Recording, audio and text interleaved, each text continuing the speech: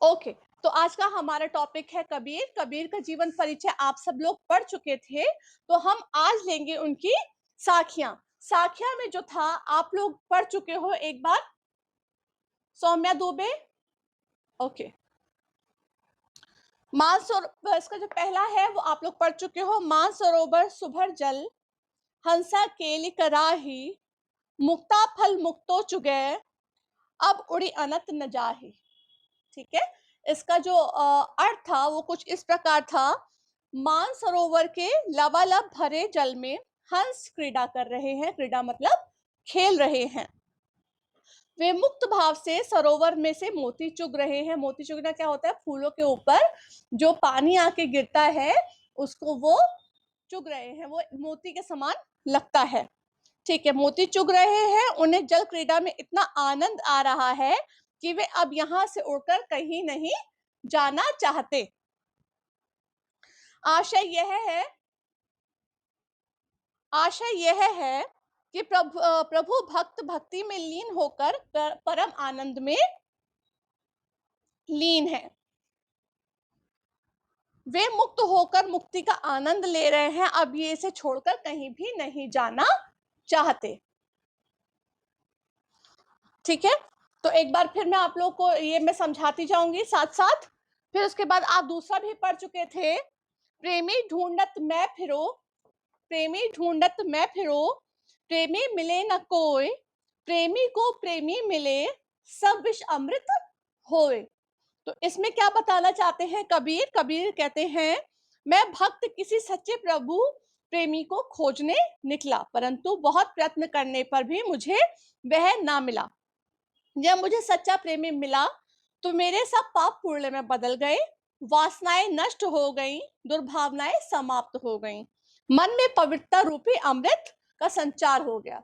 तो यहाँ पर बताया गया है कि जब किसी को अपना सच्चा दोस्त या अपना ईश्वर मिल जाता है, अगर आप सच्चे मन से अपने ईश्वर को खोजना चाहते हैं और मिल जाता है, तो हमारे जो गलत सोच है, जो गलत भावनाएं हैं, वो सब बदल कर हमारे पाप जो है वो सब खत्म होकर विष अमृत में बदल जाता है, विष अमृत बन जाता है। फिर उसके बाद आता है, हस्ती चारिये ज्ञान को सहज दुलीचा डारी, स्वान रूप संसार है भूकन के दखमारी। तो यहाँ पर बताया है कि जो सही काम करने वाले हैं, कबीर साधकों को संबोधित करते हुए कहते हैं, हे साधकों, तुम ज्ञान रूपी हाथी पर सहज समाधि रूपी आसन बिछाकर निश्चिंता से चलते चलो।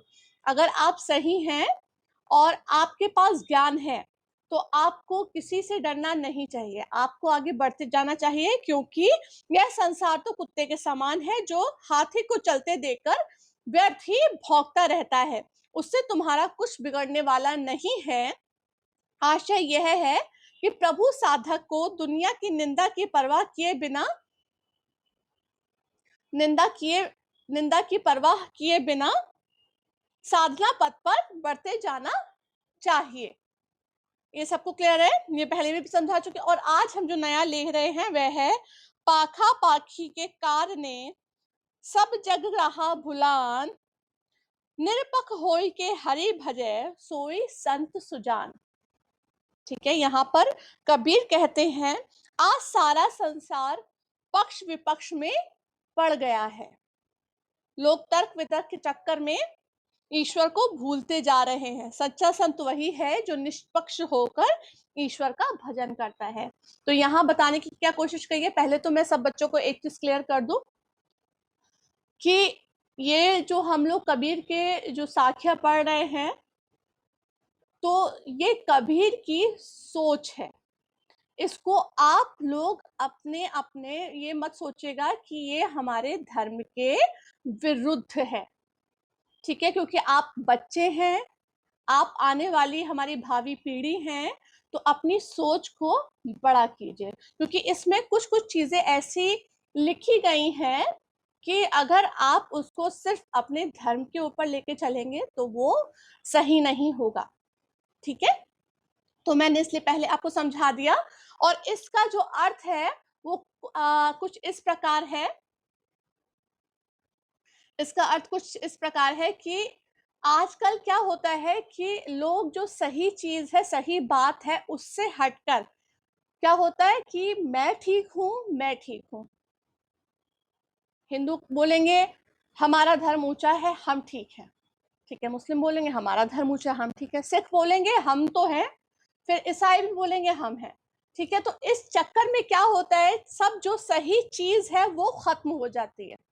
सही लड़ाई जो है, सच की लड़ाई के लिए खड़े होना बंद हो जाते हैं। तो वो कहते हैं मैं उसके लिए क्यों खड़ा हूँ, मैं उसके लिए क्यों, मैं सबके लिए नहीं बोल रही हूँ, इसमें सबके लिए नहीं बोला गया है कि हाँ ऐसा ही होता है, लेकिन कुछ चीजें ऐसी हो जाती हैं जो हमारे लिए, हमारे देश के लिए और अ, हमारे परिवार के लिए, ठीक है, हमारी कम्युनिटी के लिए वो सही नहीं है।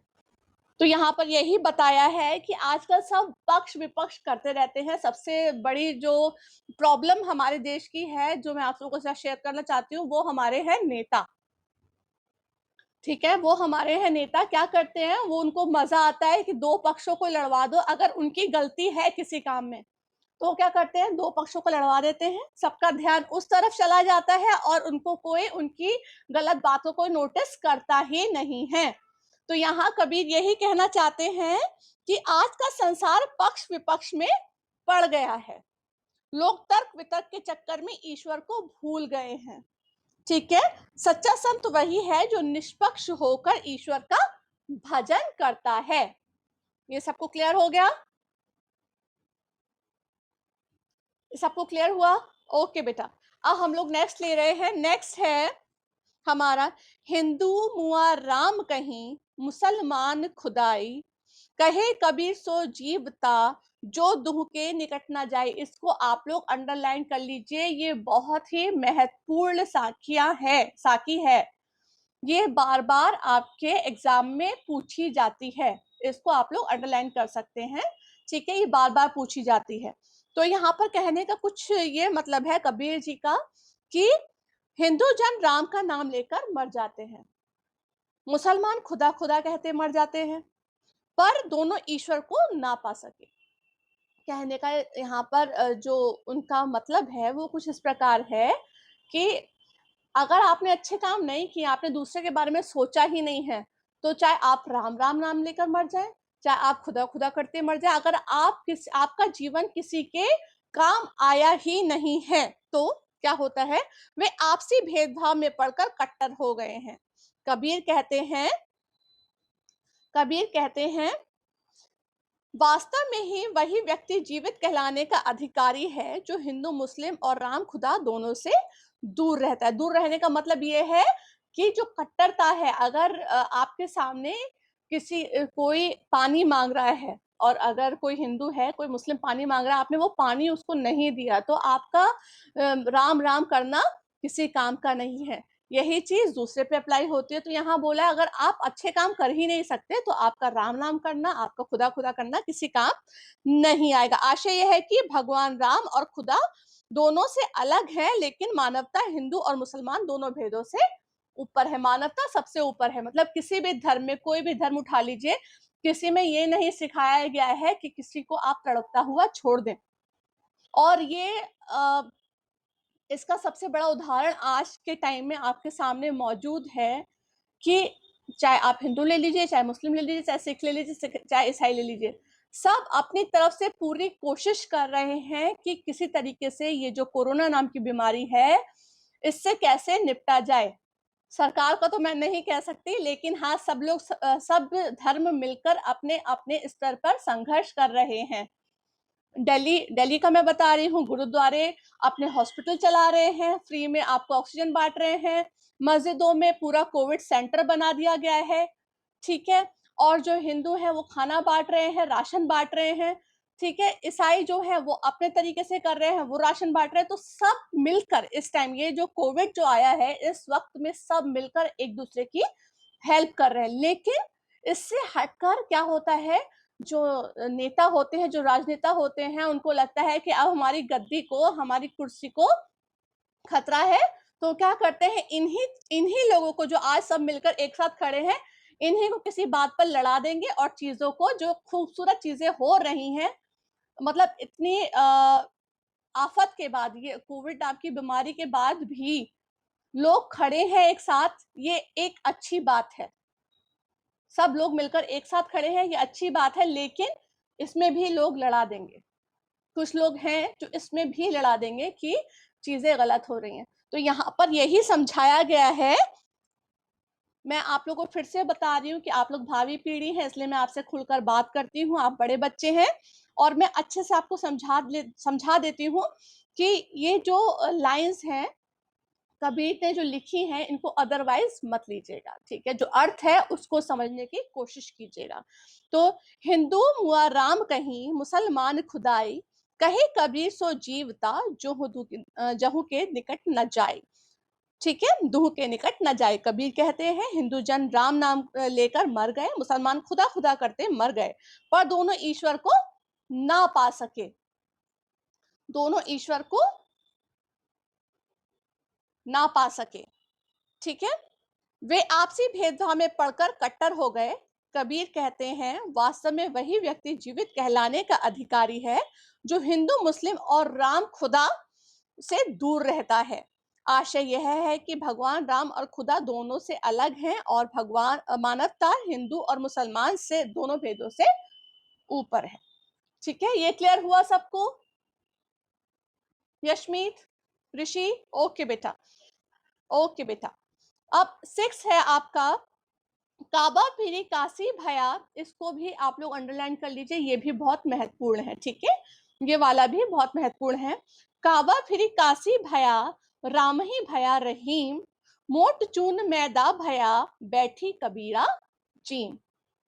तो यहाँ पर बोला जा रहा है जब मैं हिंदू मुसलमान के भेदभाव से ऊपर उठकर निष्पक्ष हो गया तो मेरे लिए मुसलमानों का पवित्र तीर्थ काबा काशी हो गया, उसके समान पवित्र हो गया, और राम का नाम रहीम के समान पवित्र हो गया। तो यहाँ पर बताया गया है मेरे लिए दोनों चीजें बराबर हो गई, ठीक है। मैं दोनों की इज्जत बराबर करता हूँ, मेरे लिए काबा जो है वो काशी के समान है, ठीक है, और जो राम का नाम है वो रहीम के समान है, ठीक है। तो यहाँ पर बोलते हैं मेरे लिए दोनों चीजें समान है, जिसे मैं मोटा आटा समझकर अखाद्य समझता था। मोटा आटा क्या होता है बेटा? जब आटे को छाना जाता है, चक्की का जो आटा होता है, तो उसको जब छाना जाता है तो उसमें से निकलता है मोटा चोकर, ठीक है। तो उसमें से जो निकलता है वो चोकर निकलता है, जिसको निकाल के हटा दिया जाता है और आटे की आपके लिए रोटी बना दी जाती है। तो यहाँ पर बोलते हैं कि वो जो चोकर हटा दिया जाता है वो भी मेरे लिए मैदे के समान, मतलब वो इतना स्मूथ हो गया मेरे लिए कि वो मेरे लिए मैदे के समान हो गया, जिसे मैं आराम से बैठकर खा सकता हूँ।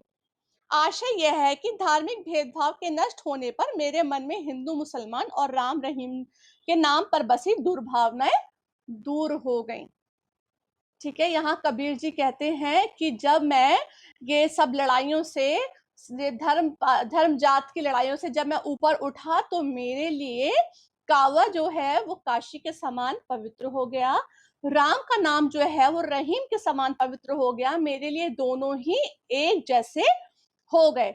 और कहने का आशय ये, मतलब समझाने का आशय ये है कि जो चोकर जो बचता है आटे में से, जो मोटा आटा कहलाता है, वो मेरे लिए मैदे के समान, मैदा बहुत ही स्मूथ कहलाता है, ठीक है। मैदा बहुत स्मूथ होता है, तो वो जो चोकर है वो मेरे लिए मैदे के समान हो गया है, जिसको मैं आराम से बैठकर खा सकता हूँ। तो ये धार्मिक भेदभाव है, जब हम इनको नष्ट कर देते हैं तो हिंदू, मुसलमान और राम रहीम नाम पर बसी दुर्भावनाएं वो खुद ही अपने आप दूर हो जाती हैं। ये क्लियर है सृष्टि, भूमिका, बेटा ये क्लियर हुआ सबको? ओके। अब है नंबर 7, ऊंचे कुल को जन्मिया, जे करनी ऊंच न होई, सुरवन कलश सुरा भया, साधु निंदा सोई, ठीक है। तो यहाँ पर कबीर कहते हैं यदि कोई ऊंचे कुल में जन्मा है किंतु उसके कर्म नीचे, ऊंचे होकर न होकर नीचे हैं, तो उसका क्या लाभ, ठीक है। सोने का घड़ा, जो सोने का कलश है, अगर वो शराब से भरा है तो भी साधु लोग उसे, उस पात्र की निंदा ही करेंगे। आशय यह है कि मनुष्य कर्म से महान बनता है, जन्म से नहीं। तो यहाँ बताने का आशय कुछ इस प्रकार है कि अगर कोई है बहुत ऊंचे कुल में जन्म लिया। हाँ, और उसके जो कर्म है, आपने उस टाइम तो कह दिया ओ ये बहुत ही हाई फाई है, इसका देखो ड्रेसिंग सेंस देखो और वे ऑफ लिविंग देखो, बहुत ही, और उसको बोलने की अक्ल नहीं है, दूसरों से अच्छे से बात करने की तमीज नहीं है, अपने बड़ों से कैसे बात करते हैं, तो वो बड़ा होना, वो पैसा, वो किसी काम का नहीं है। ठीक है। और अगर एक आदमी, एक बच्चा ऐसा है कि वो मतलब नीचे कुल में जन्मा है, लेकिन ही नोज या she knows how to talk with elders, कैसे बिहेव करना चाहिए, अगर ये पता है तो सब उसकी तारीफ करते हैं, हर कोई उससे बोलना चाहेगा। ठीक है। और ये एक और मैं तरीके से आपको समझा दूं, कोई बच्चा है अगर आपकी क्लास में हमेशा फर्स्ट आता है, तो आपको लगेगा ये पढ़ने में बहुत अच्छा है, तो ये होगा बहुत अच्छा। और अगर आप उससे बात करते करें और वो बहुत एरोगेंट हो और आपके साथ बदतमीजी से बात करे और क्लास में टीचर के साथ भी अच्छे से बिहेव ना करे, तो उसका फर्स्ट आना बेकार है। ठीक है, उसका फर्स्ट आना बेकार है। जब उसे पता ही नहीं कि अपने साथियों के साथ, अपने टीचर के साथ कैसा बिहेव करना चाहिए, तो उसकी इस पढ़ाई का क्या फायदा। और एक बच्चा है, एवरेज है, बट उसे ये पता है कि हम, मेरे मॉरल वैल्यूज क्या हैं, मुझे अपने साथियों के साथ कैसे बिहेव करना चाहिए, मुझे अपने क्लास में मेरे टीचर के साथ या मेरे पेरेंट्स के साथ मुझे कैसा बिहेव करना चाहिए, तो उस बच्चे से सब फ्रेंडशिप भी करना चाहेंगे और उसके साथ रहना भी चाहेंगे। ठीक है, ये क्लियर हुआ। तो यहाँ पर यही बताया गया है, ऊंचे कुल में, जब कबीर कहते हैं ऊंचे कुल में जन्म लेने से कुछ नहीं होता, अगर आपके कर्म अच्छे नहीं है तो ऊंचे कुल में जन्म लेना व्यर्थ है। उसी प्रकार जैसे एक सोने के घड़ा अगर शराब से भरा हो, तो भी साधु लोग उसे ऐसा पात्र को पवित्र नहीं मानते हुए उसकी निंदा करते हैं। आशय यह है कि मनुष्य कर्म से महान होता है, जन्म से नहीं। तो मैं आपको बता रही हूँ, जो आपकी ये साखियां हैं, मैंने आपको उसका अर्थ भी बता दिया और आपके शब्दों में, मतलब जो आपकी लाइफ में अप्लाई होता है उसके अकॉर्डिंग भी इसका अर्थ बता दिया है। ये सबको क्लियर हो गया? ओके। तो अगर कुछ बच्चों के पास पुरानी बुक है, मुझे नहीं पता कि कितने बच्चों ने पुरानी ली है, कितने बच्चों के पास नहीं है, तो मैं आप लोग को बता दूं कि सबद नंबर 2 पुरानी बुक में है। सबद नंबर 2 वो डिलीट हो चुका है, आपके पाठ्यक्रम से डिलीट हो चुका है, हट चुका है। ठीक है, तो वो हम नहीं पढ़ाएंगे। सबद नंबर 2, अगर किसी के पास पुरानी बुक है तो सबद नंबर 2 आपके पाठ्यक्रम से डिलीट हो चुका है, उसको अगर आपके बुक में है तो उसको आप लोग कट कर दीजिए। आपके में एक ही सबद है, सबद नंबर 1 आपके में है, मोको कहाँ ढूंढे बंदे, तो मैं तेरे पास में, ना मैं देवल ना मैं मस्जिद, ना काबे कैलाश में, ना तो कौने क्रिया कर्म में, नहीं योग बैराग में, खोजी होए मैं तुरते मिले हो, पल भर हो तालाश में, कहे कबीरा सुनो भाई साधो, सब श्वासों की श्वास में। ठीक है, ये आपके कोर्स में है। तो यहाँ पर कबीर का जो कहने का, जो समझाने का जो आशय है वो कुछ इस प्रकार है।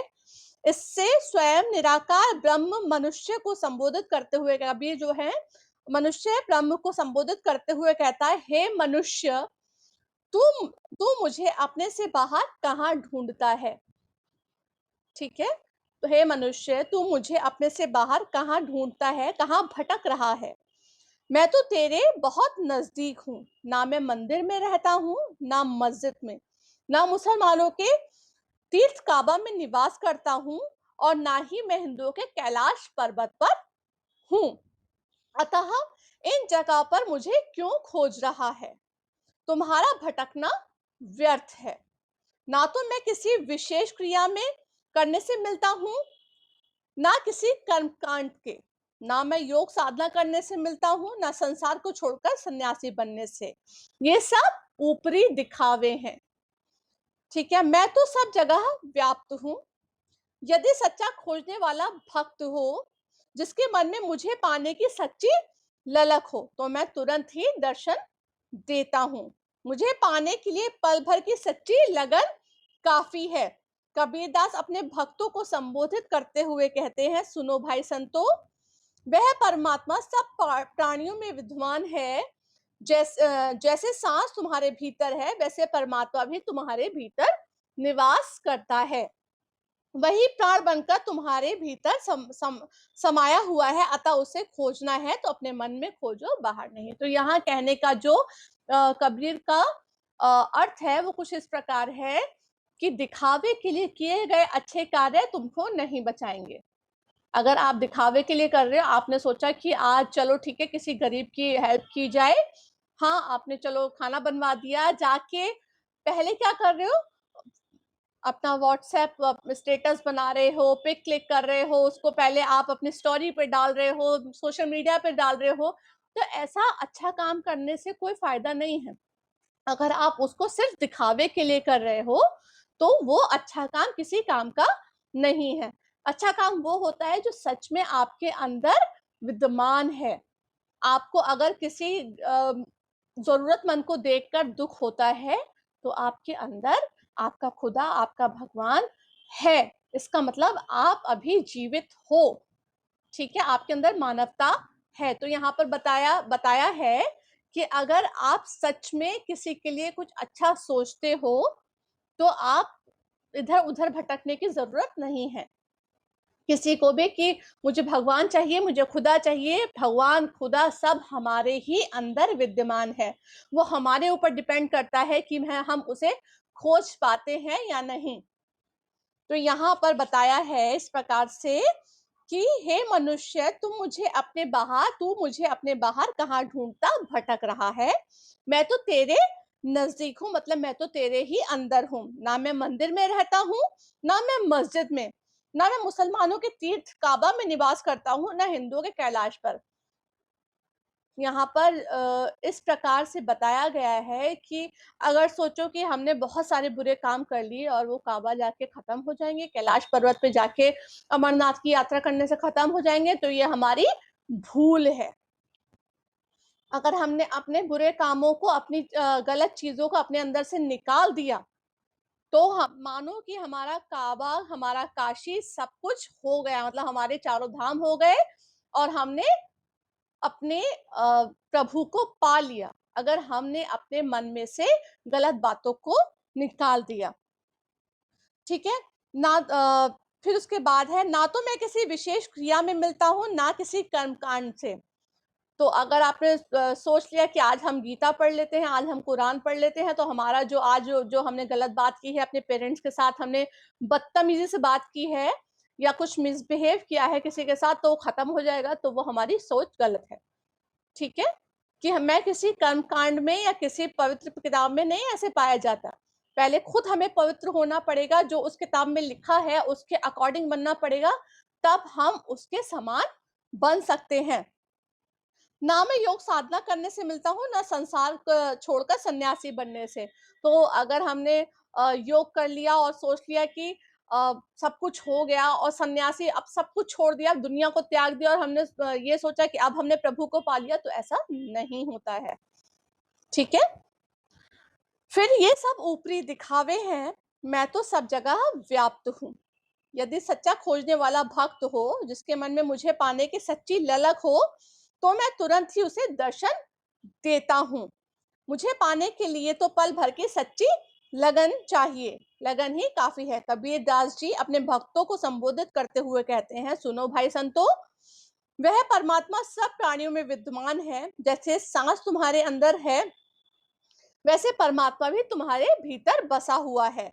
वही प्राण बनकर तुम्हारे भीतर समाया हुआ है। प्राण बनकर मतलब सांस के रूप में, ठीक है, सांस के रूप में तुम्हारे अंदर समाया है। उसे खोजते हो तभी उसको पाओगे, वो बाहर नहीं तुम्हारे भीतर है। ये सबको क्लियर हुआ? ये शब्द सबको क्लियर हुआ?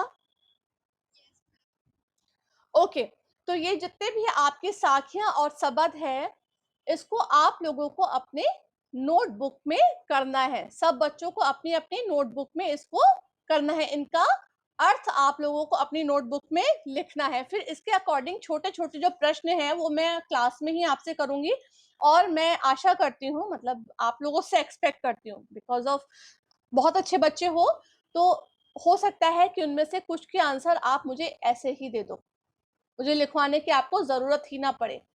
तो आप सब लोग का जो मैं होमवर्क आपको दे रही हूँ वो कुछ इस प्रकार है कि आपको अपनी साखियां और सबद अपनी नोटबुक में उसका अर्थ सब बच्चों को लिखना है। और नेक्स्ट क्लास में मैं आप लोगों से पूछ भी सकती हूँ और हो सकता है कि मैं आप लोगों से कहूँ कि अपना अपना होमवर्क जो है मुझे व्हाट्सएप पर अपने रोल नंबर एंड नेम के साथ सेंड कीजिए। Is it clear? ओके, तो आप लोग के पास मैं आप लोग को मंडे तक का टाइम दे रही हूँ लिखने के लिए। ये नहीं बोल रहे कि मैं नेक्स्ट क्लास तो हम लोग का कल ही है, तो कल नहीं बोलूंगी कि मुझे दिखाइए अपना होमवर्क। मैं मंडे तक का टाइम दे रही हूँ, क्योंकि मंडे से I think time table 2 follow किया जाएगा, तो आपके पास काफी टाइम है इसको करने के लिए। मंडे को मैं आप लोगों से आप लोग का होमवर्क हो सकता है मांग लूं देखने के लिए। तो अभी कल और परसों का हम लोग जो क्लास है उसमें इसके क्वेश्चन आंसर्स को देखेंगे। Is it clear all of you? Any problem? और आप लोगों को जीवन परिचय अपनी नोटबुक में नहीं लिखना है। जीवन परिचय अपनी नोटबुक में नहीं लिखना है। अगर आप लोग को जीवन परिचय में से कुछ कुछ खास बातें याद करनी है तो अपनी रफ कॉपी जो भी आप बनाएंगे याद करने के लिए उसमें आप लोग लिख लीजिए। जो आपकी नोटबुक है उसमें सिर्फ आपको अपना जो आपका वर्क है वो है साखिया और सबद का अर्थ लिखना, उसका भावार्थ लिखना। ये आप लोगों का होमवर्क है। ओके, और कोई भी प्रॉब्लम हो एनी टाइम आप लोग मुझे व्हाट्सएप पर मैसेज कर सकते हैं। ओके बेटा, सबसे पहली बात मैं आपकी क्लास टीचर हूँ, आप लोग की प्रॉब्लम मेरी प्रॉब्लम है, तो बिल्कुल भी हेजिटेट नहीं होना। आप लोग मुझसे एनी टाइम क्वेश्चन कर सकते हैं। कोई भी आपके चैप्टर को लेके कोई भी रिक्वायरमेंट हो आप लोग मुझसे पूछकर अपनी प्रॉब्लम को सॉल्व कर सकते हैं। ठीक है? Okay, bye bye class, have a nice day. Bye बेटा, बाय बाय बाय।